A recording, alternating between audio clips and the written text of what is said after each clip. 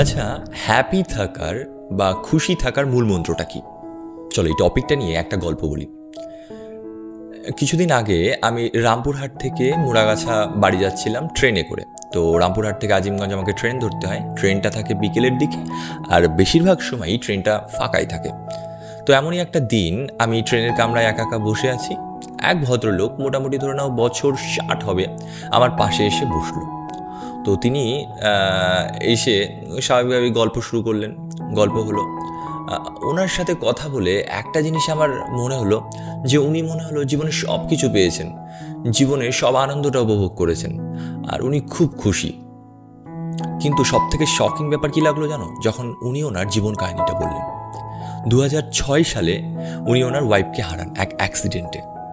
তারপরে ওনার ছেলে বাইরে চলে যায় পড়াশোনার জন্য, ওখানেই সেটেল হয়ে যায়। তো স্বাভাবিকভাবেই উনি পুরো একাকিত্বে জীবনটা কাটাচ্ছেন।